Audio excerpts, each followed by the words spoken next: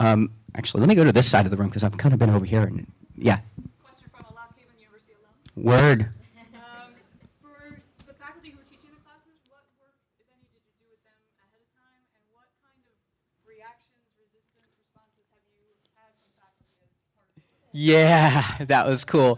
Yeah, we did some faculty training and we did some student training to keep it as controlled as possible. I mean, ultimately, what I'd like to do is train faculty to think like me.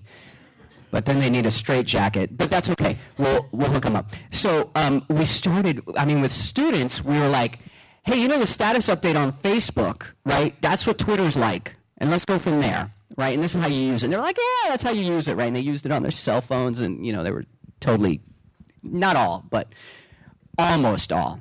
We had like one or two that were, but they still did it, and they ended up enjoying it. And we're in the process of talking to those. So the faculty, we were like, remember the old, what was his name? Ben Stein, right? And this is our solar system. With faculty, we're like, this is the Twitter, and this is what it does. It's a www, right? And we had some resistance, right? Like I said, the people on the Twitter stream were me and another faculty member who were much more familiar with Twitter. The resistance, we had some resistance. I got really mad Jedi mind trick skills. I could really, at one point during the semester, I had to beg a faculty member to play along because they did not want, because we did a couple of assignments on Twitter, they did not want to do that. A bottle of champagne helped. But that wasn't my mad Jedi mind trick skills. I mean, I could talk that was last resort. That's like, holy shit, we've been working on this thing for 16 weeks. Please don't fuck us now. Did I just say that? No, okay. Yes. Were both studies including first-year experienced students, first-year students? The second study, it was a general ed course. It was a 100-level course, but we had some sophomore students. So it was a combination of first-year and sophomore students in study number 2. Study number 1, all first-time freshmen, all first-time first-year students.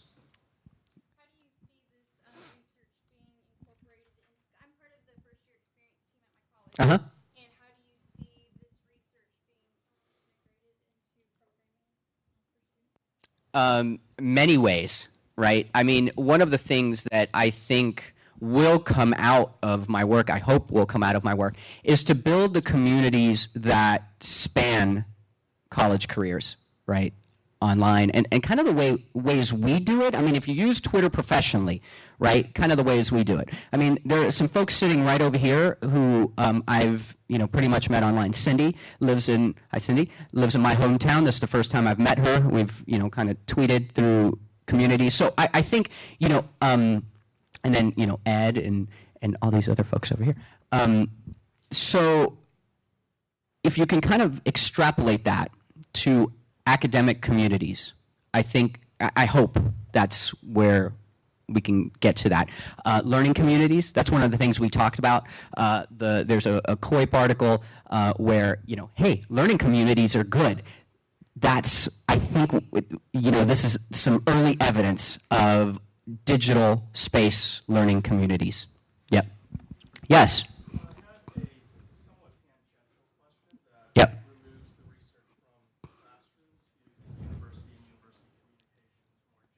Okay. Take a look at various universities, who's managing the Twitter accounts, the Facebook accounts. It tends to be situated in either communications, public affairs, Right. Right. Right.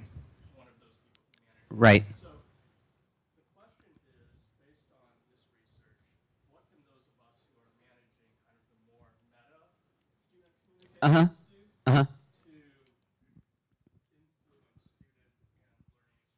more broadly? Because if you take a look at what we're doing primarily now, it's, our sports team won this, building community, et cetera. Other applications here that kind of can have broader reach have taken up the entire university. Well, I should say first, Liz, can you raise your hand?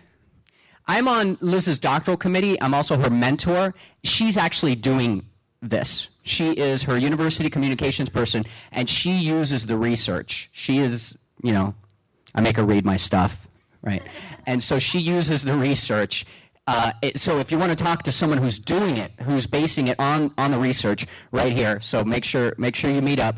So I certainly have some ideas about that, but I'll say generally, engage, right? It's almost the same way that all marketing folks talk about it, right? Get in the conversation. This is why I get along with folks who are doing this, right? Who are doing communications and marketing, right? Because it's like you want to engage in the communication, you want to shape communication, you want to take negativity and kind of nip it in the bud, right? That's some of the things you do, like, why the hell would the university do this? And then you pop in and, well, let me tell you why, and let's kind of try to smooth that over, but also to help people feel a connection, right? I had this thing last year where I was going to Lowe's and I was doing some home improvement. It was a weekend. Lowe's is 20 minutes out from my house. I go in there. I needed a part. The guy at special orders says, "Oh, you need to come back Monday. I'm too busy to do a special order today." And I was like, fucking shit, right? So I'm walking out of there tweeting, "Motherfucker, I'm not coming back to Lowe's." Lowe's, and I quote him, and I say, "I'm going to Home Depot instead," right? And so, like, within minutes, Home Depot's replying back to me, "Hey, what store are you going to? We'll have someone there to help you." Hours later, Lowe's was like, "Oh, sorry you had that experience. Fill out a feedback form." Social media fail for Lowe's. Social media win for Home Depot because they got in touch with me. They called me Ray even, right? So that's part of what I think we got at here is including students, drawing them in, helping them feel like they're part of it, part of the community. There's individualization or individualization of the content and the course.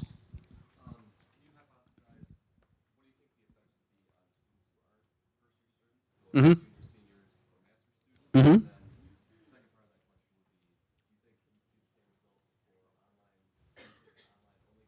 Uh-huh. Yes. I'll start with that one. For some people who know me over here, this is my learning management system rant. Learning management systems, I think we have gone backwards in terms of development. When online courses were new, there were, like live feeds and stuff. Even in the interwebs, that wasn't like a lot of what we did on there. And now we've gone to these static systems with these forums, and I find them incredibly non-engaging. So as a hypothesis, absolutely, this would increase engagement in online courses, right?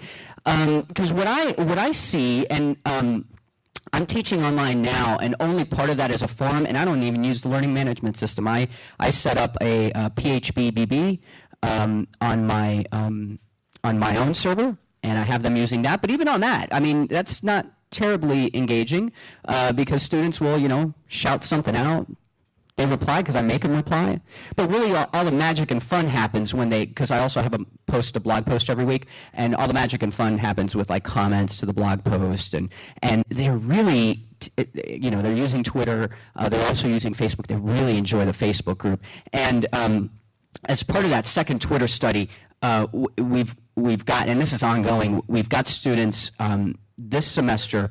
We gave them a few options and encouraged them a little more, and they're using Facebook. They have taken to the Facebook group like I've never seen another group of students do. Doing research on Facebook is really hard, and I will move now from that to another question so I don't trash talk on Facebook because they might be listening. So yes. When you took both these studies to your human subjects committee, was there any concerns around privacy, purpose, stuff like that? How did you? Okay.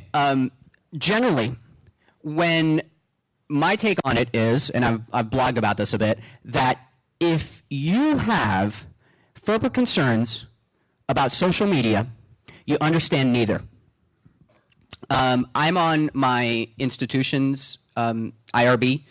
I could say we didn't conduct either of these at my institution, so I get a pass. But so it was actually a really easy sell. I'm pretty anal about confidentiality.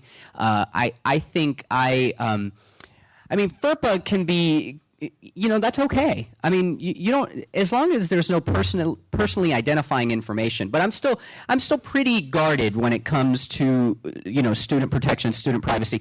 Notice I didn't even show the name of the institution, right? I tend to not want people to even guess, right? Because then, you could probably identify a student or two. I just don't really want to do that.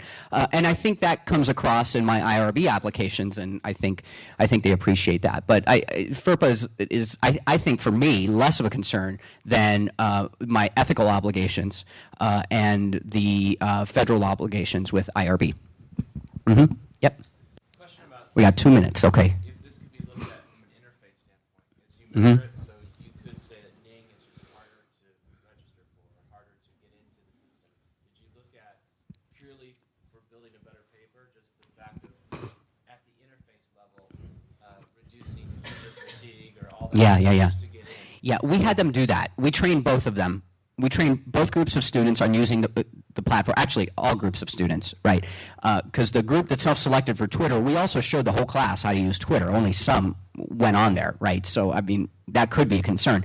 But no, we spent one class session in study number 1 teaching Twitter for the experimental group. Same class, on the same week for the control group teaching Ning. And then followed up, whenever they had questions, we just always opened it up, any issues with that. So we wanted to make sure. I've done a lot of research, and I've published some things on digital inequalities and the digital divide, and I think it's very important that we get all of our students up on the same technological playing field, and then we go from there. We had a mix. We had quite a mix. We had broke it. We had I just unscrewed it. I didn't break it. I swear. We had I want to say like 10% of it came from texting, and then we do have a breakdown of the platforms because Twitter gives you that. And I mean, if you're interested, I can run the numbers for you if you just email me. Yep. Well, I think we have to wrap up, right? Thank you very much for coming. Thanks. Good stuff.